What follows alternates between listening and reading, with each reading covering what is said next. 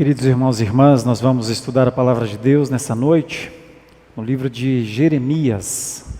Jeremias, capítulo 1, versículos de 1 até o versículo 10. Jeremias, capítulo 1, versículos de 1 a 10.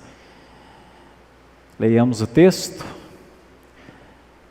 Palavras de Jeremias, filho de Ilquias, um dos sacerdotes que estavam em Anatote, na terra de Benjamim. A ele veio a palavra do Senhor nos dias de Josias, filho de Amon e rei de Judá, no 13º ano do seu reinado. E também nos dias de Jeoaquim, filho de Josias, rei de Judá, até o fim do ano 10º de Zedequias, filho de Josias, rei de Judá, e ainda até ao 5º mês do exílio de Jerusalém. A mim me veio, pois, a palavra do Senhor, dizendo: antes que eu te formasse no ventre materno, eu te conheci, e antes que saísses da madre, te consagrei e te constituí profeta às nações. Então lhe disse eu: ah, Senhor Deus, eis que não sei falar, porque não passo de uma criança. Mas o Senhor me disse: não digas, não passo de uma criança, porque a todos a quem eu te enviar, irás, e tudo quanto eu te mandar, falarás. Não temas diante deles, porque eu sou contigo para te livrar, diz o Senhor. Depois estendeu o Senhor a mão, tocou-me na boca, e o Senhor me disse: eis que ponho na tua boca as minhas palavras. Olha que hoje te constituo sobre as nações e sobre os reinos, para arrancares e para derribares, para destruíres e arruinares, e também para edificares e para plantares. O tema da nossa meditação nesta noite é Assim diz o Senhor. Começamos com as crianças, procurando ajudá-las a compreender o que é essa expressão, assim diz o Senhor. Crianças, essa expressão, assim diz o Senhor, aparece mais de 300 vezes no Antigo Testamento. Crianças, são muitas vezes, né? Deve ser porque o Senhor quer ser ouvido, não é? Assim diz o Senhor. Bom, então eu gostaria que vocês fizessem um desenho numa folha. Muito simples o desenho, mas ele tem um significado muito importante. Vocês vão perceber ao final. Desenhe, por favor, uma cidade. Sabe, na parte de baixo da folha? Desenhe uma cidade com as casinhas. Se você mora numa grande cidade, pode desenhar prédios. Se quiser que essa cidade seja de dia, faça um sol. Se quiser que o seu desenho seja de uma cidade à noite, faça uma lua, alguma coisa assim. Mas desenhe no céu dessa cidade uma trombeta. Trombeta é como se fosse um megafone. Se você não sabe o que é trombeta, megafone, quiser fazer alguma outra coisa que simbolize uma voz. E se você tiver dificuldade ainda de fazer um desenho assim, que mostre uma trombeta, alguma coisa, um alto-falante bem grande, você pode também desenhar a Bíblia, porque a Bíblia é a palavra de Deus, é a voz de Deus, tá bom? Faça esse desenho e pense, Deus falando a uma grande cidade, a um mundo inteiro. Se você quiser, gostaria que você pensasse sobre isso.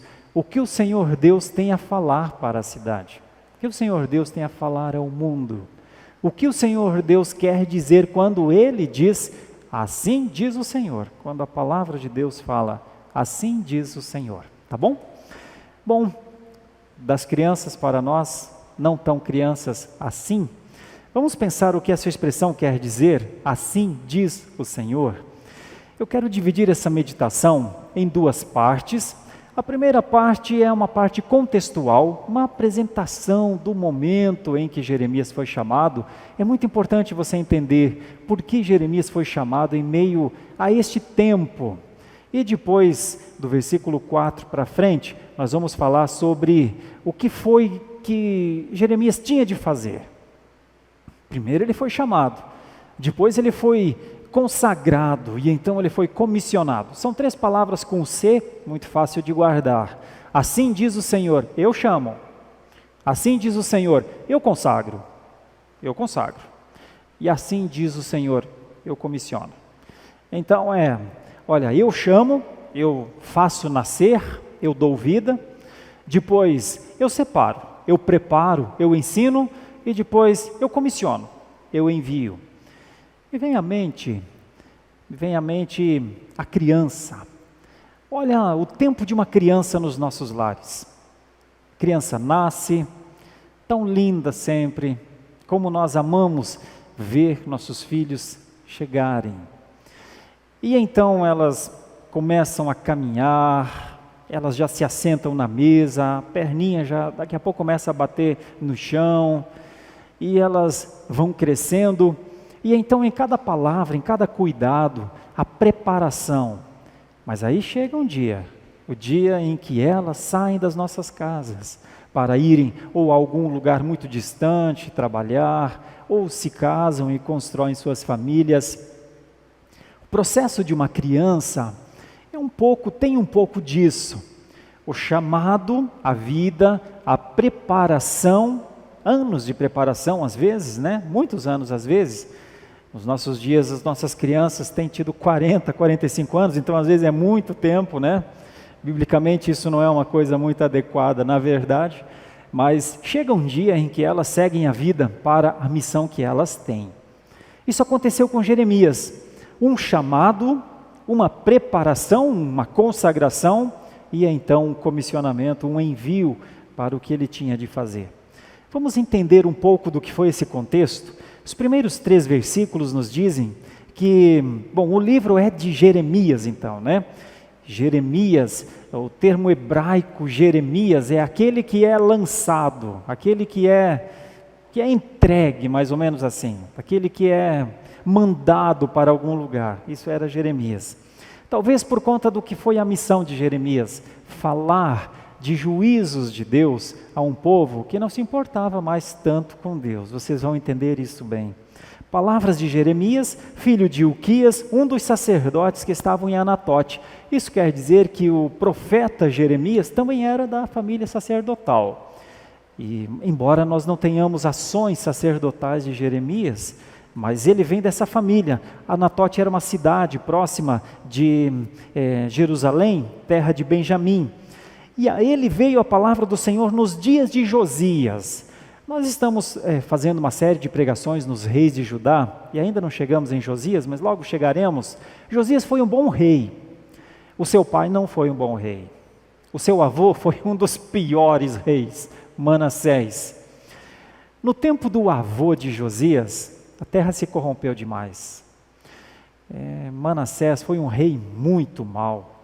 Foi um rei tão mau que Deus mandou dizer, por conta deste rei ser tão ruim, olha, eu vou aplicar uma pena muito severa sobre Jerusalém, sobre o povo de Judá. Mas aí Manassés morre, um rei que literalmente não deixa saudades. Tem alguns reis que não deixam saudades, Manassés é um deles. Depois vem o filho de Manassés, que a palavra de Deus aqui diz, o nome dele é Amon, foi um rei ruim também, reinou 2 anos e morreu cedo ainda bem, porque faria muito mal também. E então vem Josias.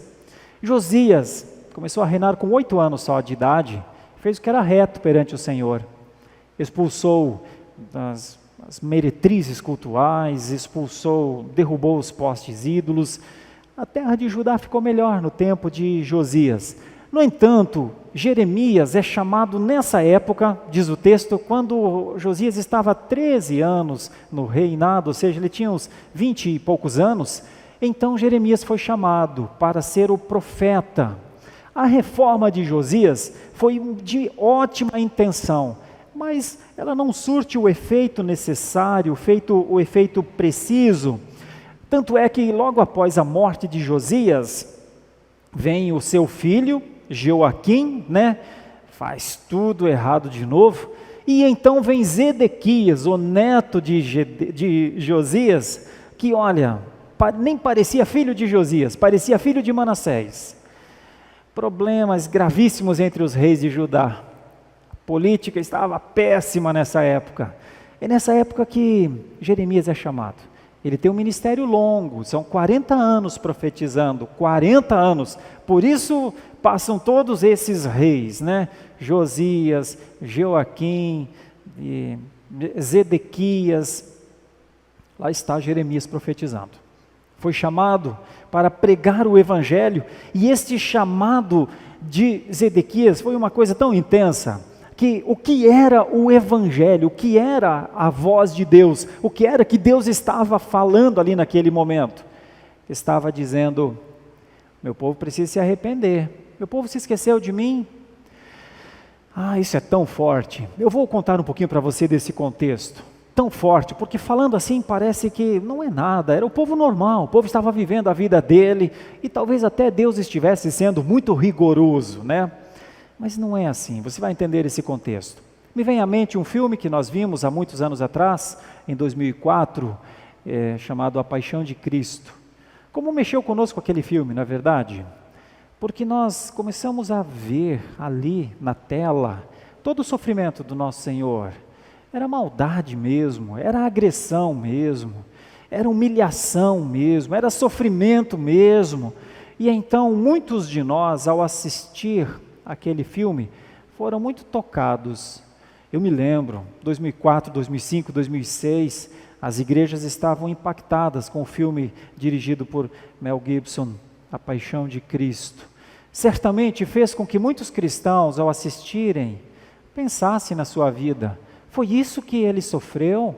Foi isso a que ele se submeteu? E então as igrejas passaram a fazer muitos eventos, muitos trabalhos, muitas pessoas foram convertidas a Deus naquele tempo. Não necessariamente por causa do filme, mas porque despertou em nós alguma coisa que a gente não estava assim tão inteirada talvez, né?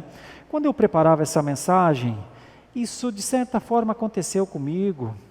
Enquanto eu li esse texto, eu fui escrevendo aqui na minha Bíblia, você não consegue ver provavelmente, mas ela está toda rabiscada aqui. Eu fui escrevendo isso também. Deixa eu contar um pouco para você sobre como estava o povo nessa época em que Jeremias foi chamado. Deus fala para Jeremias coisas que assustam o próprio Jeremias. Jeremias é novo, mas o capítulo 2 mostra um pouco do que era isso.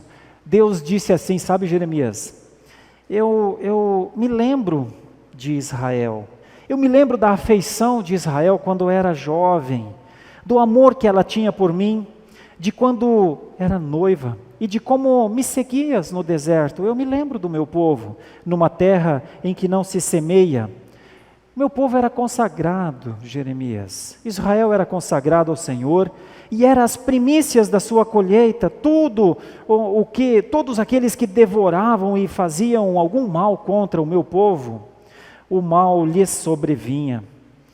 Sim, assim diz o Senhor: que injustiça o meu povo achou em mim, Jeremias, para de mim se afastar, indo após a nulidade dos ídolos, se tornando nulos eles mesmos.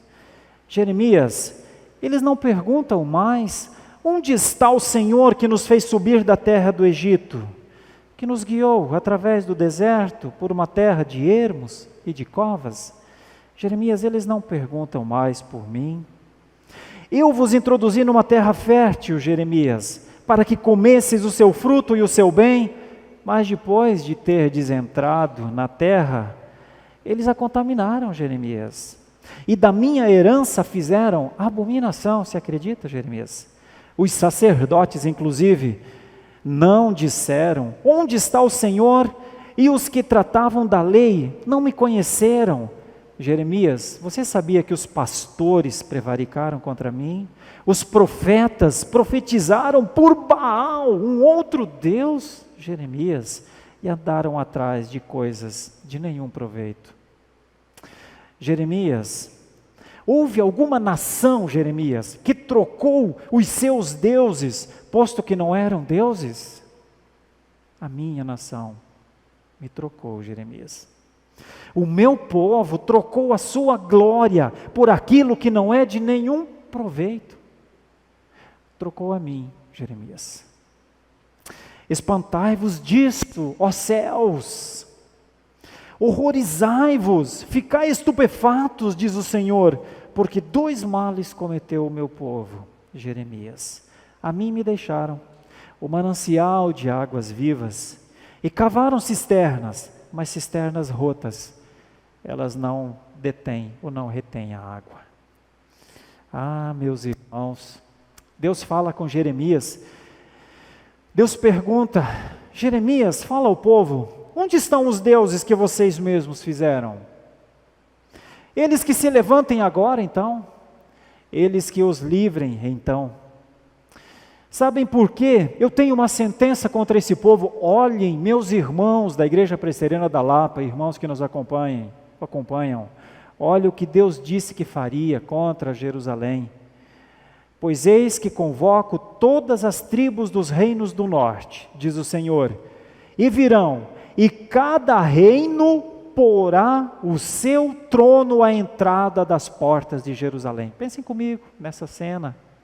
Cada um dos reinos colocando o seu trono às portas de Jerusalém, aquela cidade amada por Deus, cidade de Davi, cidade em que o Senhor colocou o seu povo para cuidar, colocou os seus reis, seus profetas, a sua palavra, colocou tudo que o povo precisava para viver com Ele, adorá-lo, amá-lo, glorificá-lo, ser um povo evangelista para todos os povos, para que os povos vissem o seu culto, a sua adoração, a sua piedade. Agora Deus disse a Jeremias: vou colocar os tronos dos reis, todas as portas desta cidade, e contra todos os seus muros em redor, e contra todas as cidades de Judá, pronunciarei contra os moradores destas as minhas sentenças, por causa de toda a malícia deles. Entenda a malícia deles, não uma malícia de pensamento assim, entenda a maldade, o desprezo por Deus.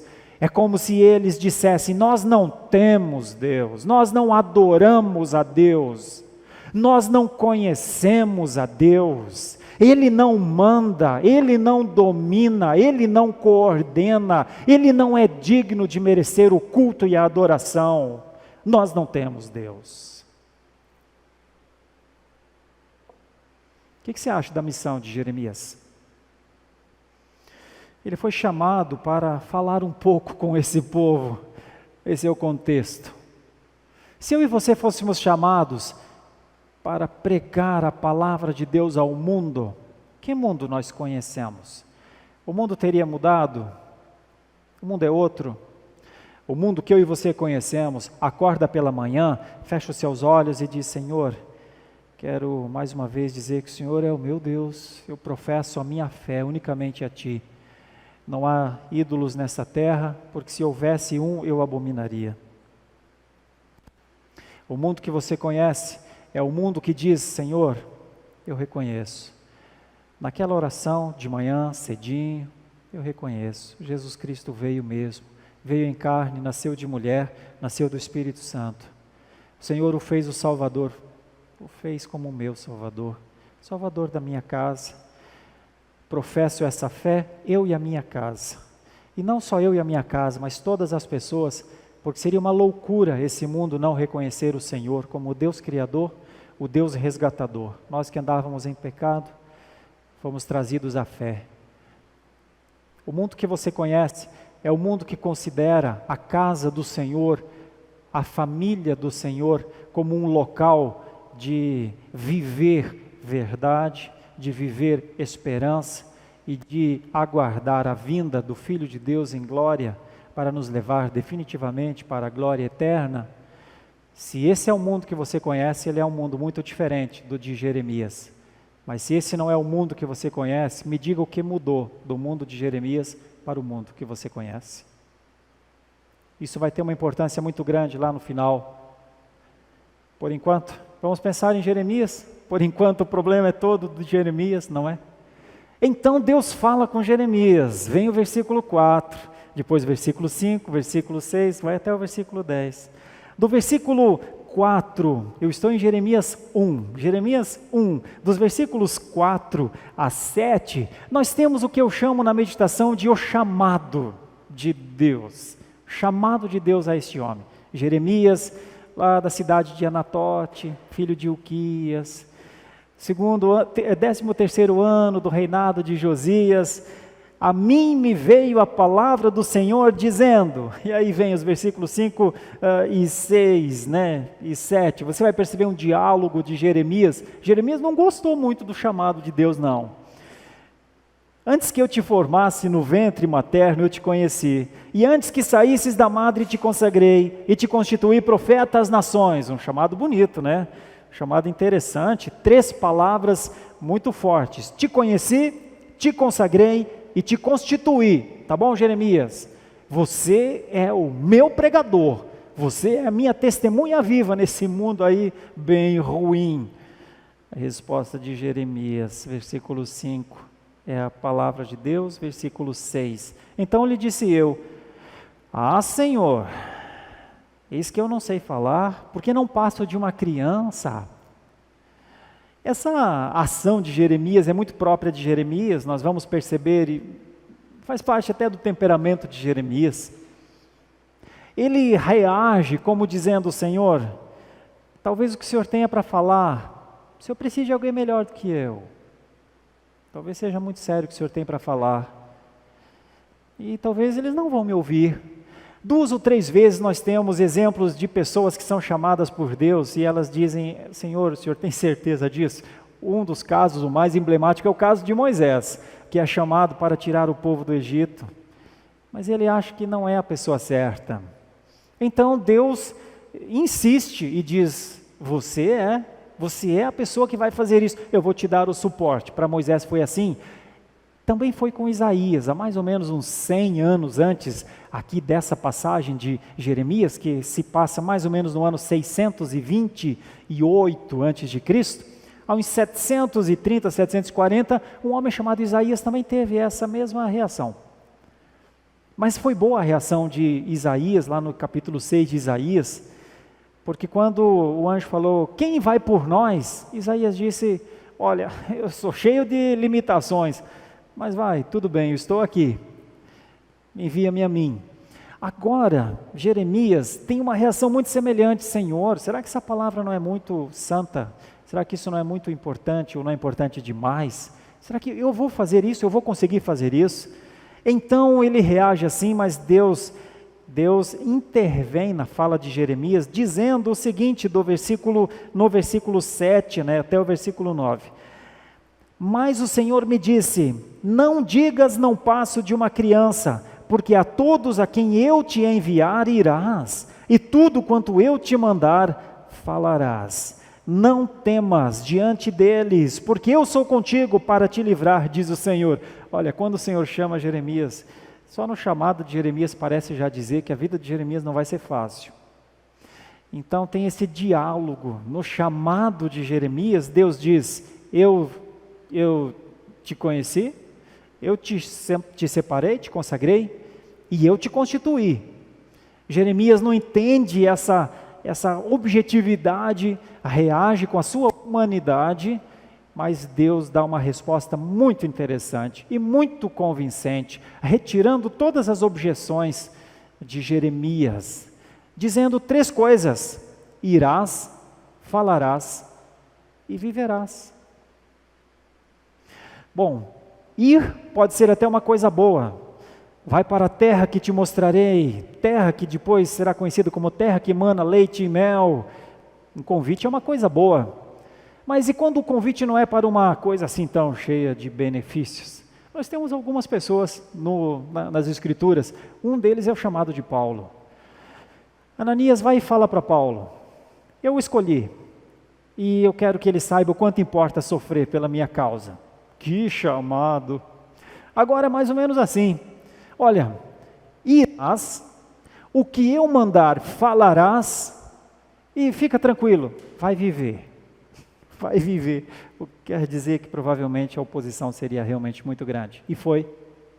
Todo o livro de Jeremias é uma palavra de Deus, aqueles reis terríveis, aqueles reis que eu contei um pouquinho deles aqui no começo, com exceção de Josias, todos os outros eram de ruim para pior, e perseguido, maltratado, mas veja o quanto Deus guardou a vida de Jeremias.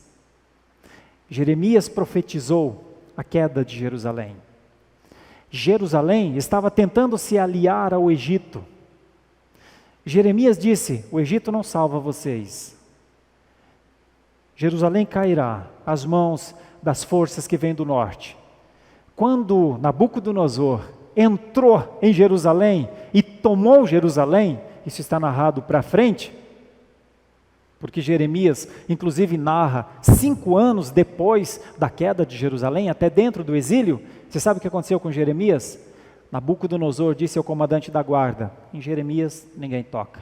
Chamava-se Nebuzaradã. Protege Jeremias, cuida dele até o último dia da vida dele. Deus é tão santo e as coisas de Deus se cumprem de tal maneira que até mesmo em meio a uma missão difícil, mais difícil do que a missão impossível que Tom Cruise está lá como um dos atores principais, que já nem sei quantas missões impossíveis existem, mais difícil do que essa é pregar ao povo de Deus: vocês estão vivendo em pecado, sim. Abandonem agora o seu pecado, agora. Voltem-se para Deus e o adorem, só Ele é Deus. Rompam com os ídolos. Jeremias enfrentou muitas dificuldades para falar com o povo de Deus. Não foi um ministério muito popular, o de Jeremias. Então esse é o chamado de Jeremias. A consagração de Jeremias, ela se dá de uma maneira tão interessante. O versículo 9 nos mostra um pouco disso. Olha que hoje te constituo, o 9. Depois estendeu o Senhor a mão, tocou-me na boca, e o Senhor me disse: eis que ponho na tua boca as minhas palavras. Jeremias foi chamado, achou que não tinha condição de ser um pregador, mas Deus coloca na sua boca as palavras. Mais uma vez, em outras passagens das Escrituras, nós temos situações assim. Um dia o Senhor Jesus Cristo disse aos seus discípulos: olha, saiam, preguem o Evangelho, o Espírito Santo lhes dirá como é que vocês deverão fazer. Foi assim com Moisés também: vai e eu te darei as palavras a Faraó. E Moisés vai e proclama as 10 pragas. Agora também acontece com Jeremias: eu colocarei as minhas palavras na tua boca, dando uma ideia que a pregação não é uma pregação baseada nos conhecimentos do pregador. A pregação é de Deus quando a palavra é de Deus. Quando não é o pregador querendo convencer pessoas, quando a palavra, pelo poder do Santo Espírito, chega ao coração, é quando a palavra faz a vida nascer. Antes não. E foi isso que foi a preparação de Jeremias. A preparação, ela é de santificação. Deus separa aquele homem daquele ambiente muito terrível e coloca nele. É como um toque físico. Deus colocando, tocou-me, diz a expressão, tocou-me na boca. Eu me lembro de uma canção antiga de Luiz de Carvalho, Doris e os irmãos cantaram já muitas vezes. Tocou-me, Jesus tocou-me, de paz Ele encheu meu coração. Mas essa paz não existia nesse momento. Esta paz só existia de Deus, entre Deus e o profeta. É uma separação para a paz, enquanto o mundo estava em guerra contra Deus. Quem era o mundo? Seu povo, meus irmãos. E então vem o comissionamento, e essa parte é muito interessante. É aqui, crianças, que aquela trombeta vai ser assim no mais alto. Sabe quando você aumenta o volume do seu fone de ouvido, que você quase não consegue ouvir de tão alto que está? É agora que a trombeta vai tocar. É agora que a palavra de Deus vai soar sobre o mundo. Olha que hoje te constituo sobre as nações e sobre os reinos, para arrancares e derribares, para destruíres e arruinares, também para edificares e para plantares. 4 coisas negativas, 2 coisas positivas. O que é que a palavra de Deus tem nas 4 coisas negativas? Exortação e condenação. É assim que Deus se mostra com a sua palavra a um mundo ímpio que não o considera como Deus. Uma exortação dura e um juízo mais pesado ainda. Mas também a palavra de salvação. 4 palavras duras, 2 palavras que aliviam. Essa era a missão deste homem. Ele está em silêncio. Lembra que no começo, quando Deus falou: eu te conheci, eu te separei, eu te constituí para pregar às nações, ele disse: Senhor, Senhor, Senhor, Senhor. Acho que não. Deus diz: você irá, você falará e você viverá. Jeremias está quieto agora. Jeremias está pensando agora. Jeremias está compreendendo, talvez, o que é que Deus quer.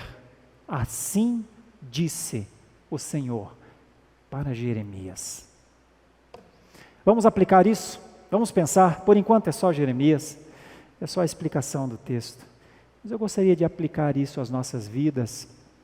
A palavra de Deus é viva. A trombeta que as crianças desenharam, ou a Bíblia que elas desenharam, fica bonito, uma Bíblia no céu, assim, bem grande. Não é por acaso, não. De vez em quando nós precisamos nos perguntar: o que é que eu estou fazendo com a minha fé? De vez em quando, humildemente, nós precisamos nos perguntar: o que o Senhor tem falado a mim? O que o Senhor tem dito? O que eu tenho ouvido do Senhor? Meus irmãos, só ouve alguma coisa do Senhor quem já foi chamado, quem já foi regenerado, quem recebeu vida. Morto não ouve. Então, somente vivos ouvem. Só é chamado à vida os eleitos de Deus, aqueles que Deus quer, aqueles que Deus chama de seus filhos, aqueles a quem Deus diz: eu te conhecia no ventre da sua mãe, aqueles a quem Deus diz: eu te separei do mundo e de tudo o que há para mim, para se chamar de meu filho. A esse Deus diz: eu te constituo como uma trombeta ao mundo. Então só ouve o chamado quem é vivo. Se houver alguém entre nós que não recebeu o Senhor Jesus como Salvador, ainda não vive. Então, primeiro precisa entender que o Senhor Jesus chama à vida mortos. Quem não creu somente em Jesus Cristo, ainda está preso a ídolos, ainda não vive, ainda não foi chamado, ainda não está salvo. E a exposição dessa noite quer ajudar pessoas assim também. Caso haja entre nós alguém que ainda não confessou o Senhor Jesus Cristo como Salvador, eu diria agora, de uma maneira tácita, objetiva e enérgica: aceite agora, creia agora em Deus. É o único jeito de você viver com Deus como filho de Deus. Agora, não é amanhã, porque eu e você não sabemos se teremos o amanhã. Temos o agora, temos este momento. Esse é o chamado de Deus. Chamado ao arrependimento, chamado à confissão dos pecados, chamado à entrega da vida a Jesus. É só assim que alguém consegue viver, receber o Espírito Santo para viver. O Espírito Santo dando a vida, só assim, não tem outro jeito. Minha esperança é que, tendo alguém que ainda não seja crente no Senhor Jesus, torne-se crente agora. Agora. Aqueles que já foram chamados precisam reavaliar sempre a sua vida. O que eu tenho feito do meu chamado? O que eu tenho feito daquilo que o Senhor me constituiu? O que tem saído da minha boca? Coisas para destruir, coisas para levantar? O que eu tenho feito com o tempo que o Senhor tem me dado de crente? Essa é a primeira coisa. Convertidos ao Senhor, precisam viver com os olhos no Senhor. Precisam amar a presença do Senhor. É uma aplicação que eu quero fazer. Se você é um convertido ao Senhor, avalie a sua fé, em nome de Jesus. O seu Senhor lhe chama para uma vida nele. Antes de qualquer coisa, é com Ele. Não tem nada a ver ainda com o que você vai fazer. Tem a ver com o que você vai ser, como você vive com Ele. Se você é um convertido, e talvez esteja desviado por algum motivo, esteja frio, esteja sem o ânimo, a alegria, a paixão pela glória de Deus, reconsidere o amor de Deus, porque foi isso que Deus disse a Jeremias: eles se esqueceram de mim, Jeremias, eles não oram mais, Jeremias, eles não adoram mais, Jeremias. Jeremias, você sabia que eles fazem outros deuses nos seus corações, que eles amam outras coisas mais do que a mim? Se você é um convertido, mas está com problemas na sua devocional, está com problemas na sua leitura ou audição das Escrituras, está com alguma dificuldade em chamar Deus de seu Deus, de Jesus Cristo de o seu Salvador, as pessoas, está com dificuldade em fazer isso? Reconsidera, volta. Várias vezes os profetas falaram isso: volta, povo meu, volta, agora. Mas talvez você já tenha sido chamado, você entende o seu chamado. Eu preciso falar contigo sobre santificação, preciso falar contigo sobre consagração, porque santificação, meus irmãos, não é um ato nosso. Nós não temos condição de nos autoconsagrar de maneira a nos tornarmos mais santos. É Deus quem nos santifica. O caminho da santidade, o primeiro degrau da santidade é o da oração. A oração nos leva à presença de Deus. Na oração nós nos derramamos diante do Senhor, mas não é uma oração com hora marcada ou com um dia para que as pessoas saibam que você está orando. Pelo amor de Deus, não faça nada para que as pessoas saibam que você é crente, não.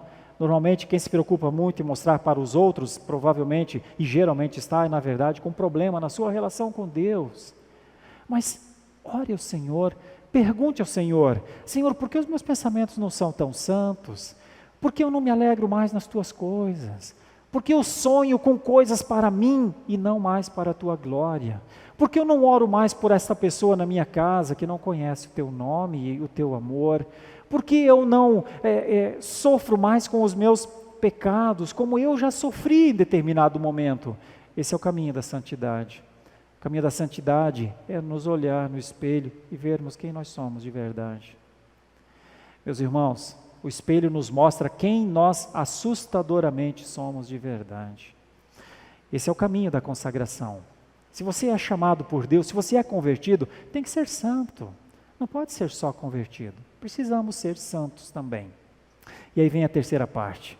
Meus irmãos, os convertidos, os separados, os santificados, meus irmãos, eles são cristãos ativos. O que eu chamo de um cristão ativo? E eu quero convidar você a viver uma vida ativa na fé. Eles são homens da lei de Deus, eles se preocupam com a lei de Deus. A palavra de Deus tem peso para eles. A aliança, eles guardam, eles ensinam os seus filhos no caminho que eles devem andar, eles convivem com seus cônjuges em respeito mútuo. Sabe como é alguém comissionado, alguém ativo? Ele vive a sua vida com a sua igreja, servindo a sua igreja e não consumindo a sua igreja. Ele serve porque ele entende que ele está fazendo aquilo para a glória de Deus e que mais importa a vontade de Deus. Sabe o que é alguém comissionado? É alguém que sabe: olha, o que eu tenho para falar está aqui, mas eu não sei tudo, então eu tenho de ler. E então aquele que é chamado, convertido, ele não só ora, mas ele lê as Escrituras e ele guarda, ele se alimenta daquilo. E sabe o que acontece? As Escrituras passam a defini-lo.